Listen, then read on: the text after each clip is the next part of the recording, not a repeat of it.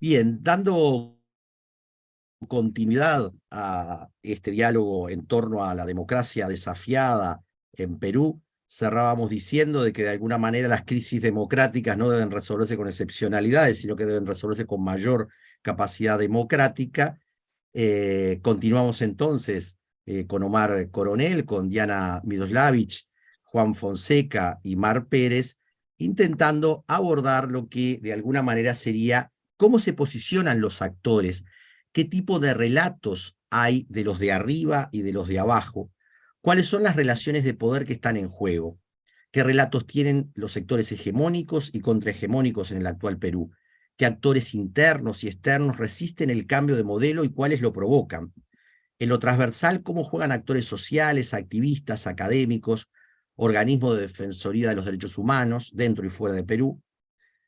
Vemos que hay dos modelos que emergen en la búsqueda de una constituyente, que fue el caso de Bolivia, que logra exitosamente lo que llama constitución plurinacional, y el caso de Chile, que tiene un fracaso de una constituyente luego de una gran explosión social. ¿Esto marca el dilema del movimiento social peruano o va por otro lado? Le doy la palabra entonces a Omar para que dentro de este planteo, ¿qué te parece tomar en cuenta?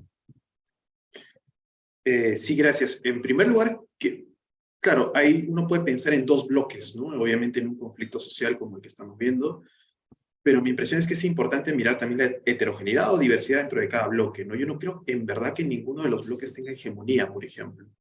Dentro de los actores de la presidenta y del ejecutivo, lo que veo es una coalición de poder, donde, por ejemplo, me parece que Boluarte no es la que coordina o la que dirige, ¿no?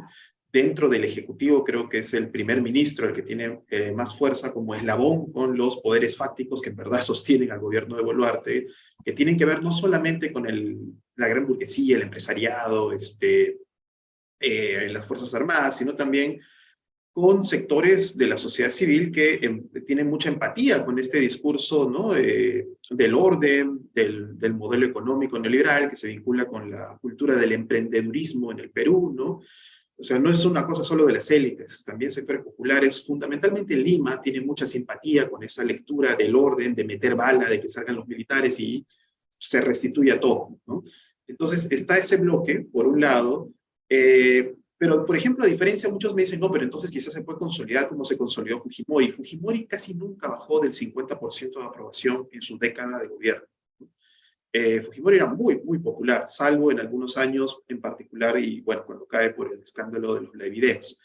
Boluarte tiene alrededor del 20%, menos del 20% de aprobación, 74% piden su renuncia, ¿no? 60% está a favor de las protestas o se identifica con las protestas, ¿no?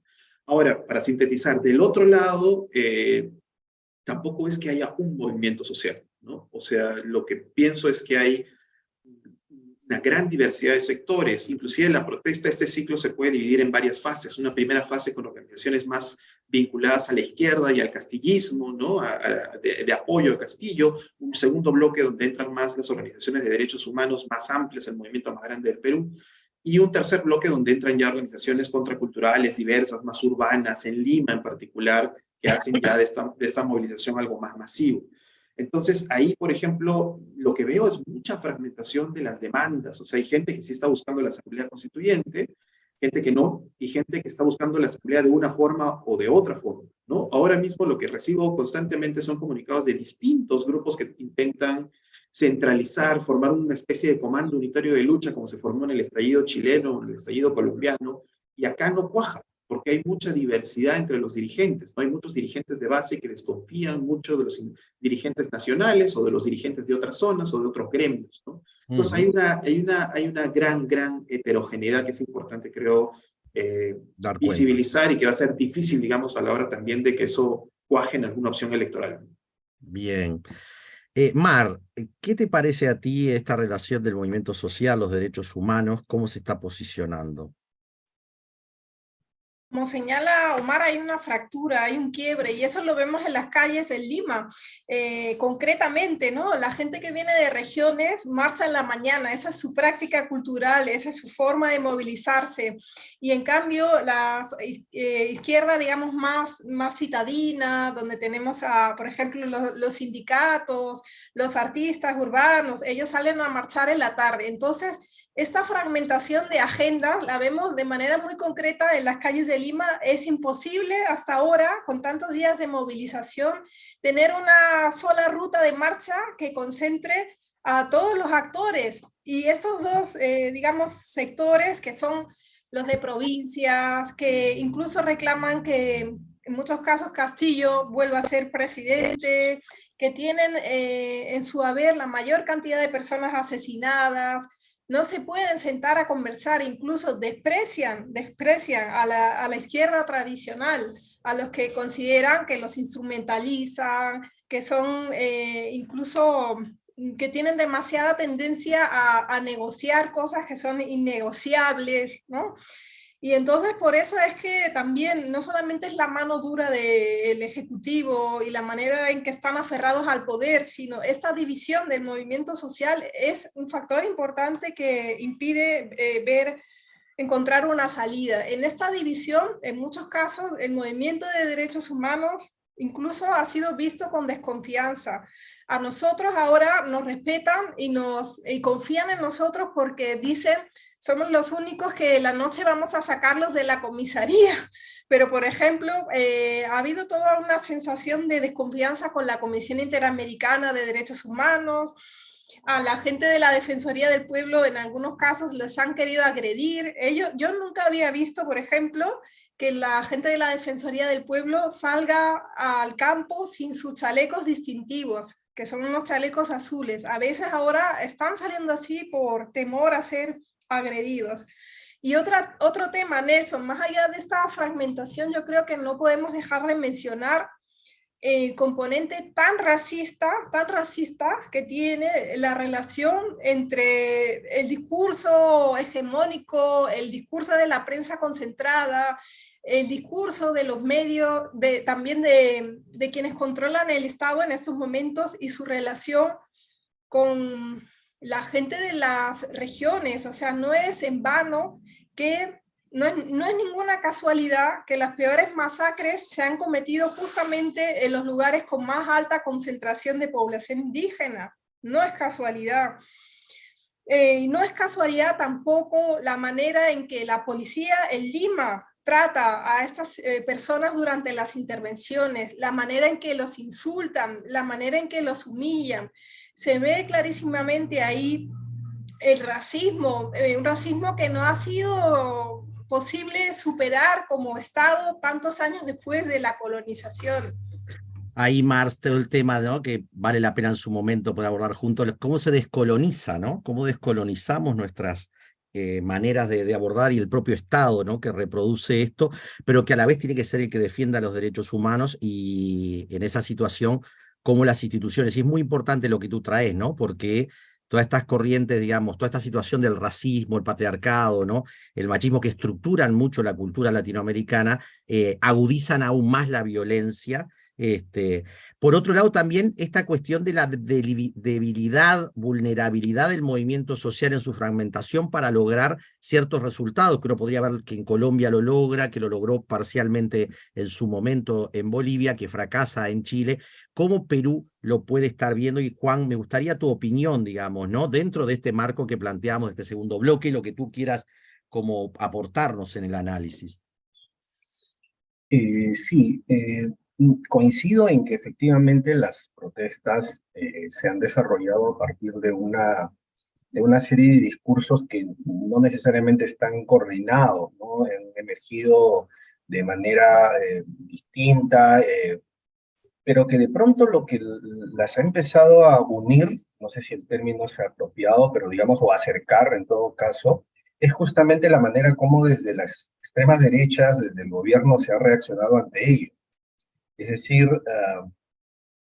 de alguna manera las izquierdas, voy a hablarlo en plural, que bueno, han estado desunidas desde hace mucho tiempo, de pronto ahora se han empezado a acercar básicamente porque existe un enemigo común, ¿no? Que está representado en este momento en estas narrativas, en este discurso desde el Estado, desde el gobierno, que los criminaliza y que básicamente los ve como una amenaza, ¿no? Como una amenaza al sistema.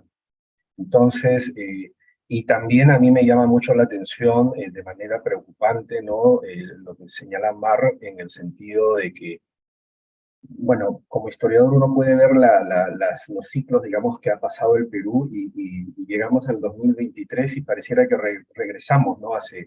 No sé, hasta tiempos previos a la reforma agraria, donde empieza así sin ningún pudor, sin ningún tipo digamos, de cuidado, a plantearse discursos abiertamente racistas desde los medios de comunicación y que además tienen una especie de eco en lo que llamaríamos una especie digamos, de derecha popular también, un sector de la ciudadanía, principalmente en Lima, que tiene un discurso de autoritarismo muy acendrado, ¿no? El fujimorismo finalmente tuvo siempre un componente popular, básicamente con este discurso autoritario. Entonces, a mí me parece que desde esos lados tal vez podrían encontrarse algunos elementos para acercar estas diversas demandas que plantean los movimientos populares, pero que, digamos, en este momento todavía son un poco difíciles de definir, ¿no? Bien. Diana, en pocos minutos, ¿cómo tú verías Mira, esta situación?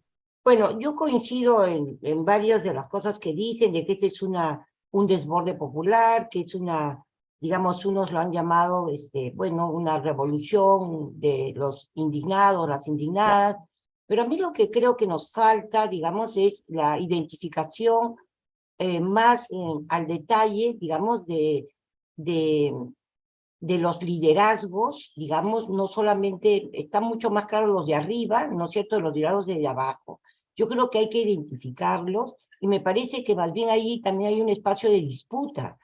Creo que esta coordinadora, este Comité Nacional Unificado de Lucha, ¿no es cierto?, del Perú, que acaba de sacar un comunicado, pero que también es el producto de varias reuniones, ¿no?, que está llamando a la huelga el día de hoy, ¿no?, y que de alguna manera ha logrado, digamos, concentrar, ¿no es cierto?, en este diálogo las diversas expresiones de las diversas regiones, sobre todo del sur, ¿no?, en este comité, pero que a su vez eso está en disputa con otras, digamos, coaliciones que venían, de alguna manera, no con mucho éxito, como el éxito que han tenido, digamos, digamos, en esta presencia masiva, digamos, en Lima, la Asamblea Nacional de los Pueblos, que era una articulación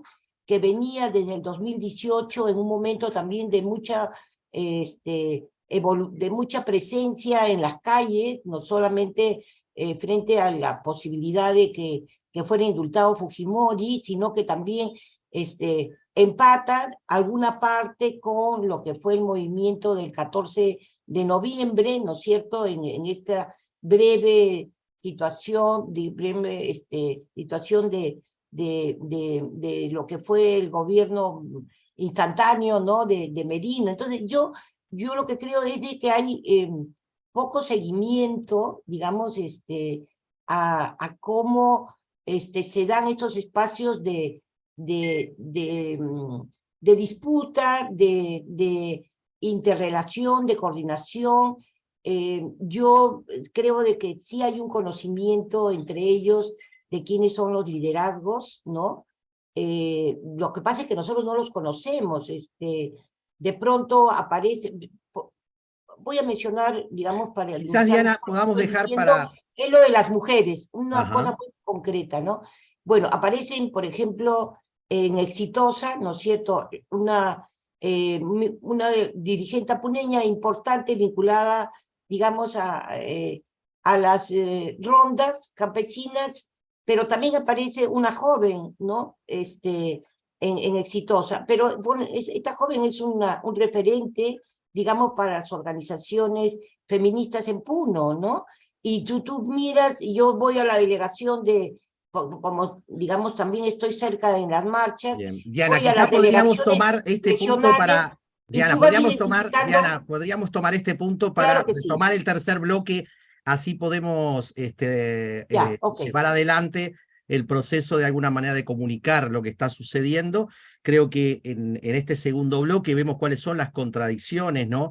En la construcción del poder, las fragmentaciones que hay, las vulnerabilidades entonces que hacen mirando hacia adelante las posibles salidas, digamos, ¿no?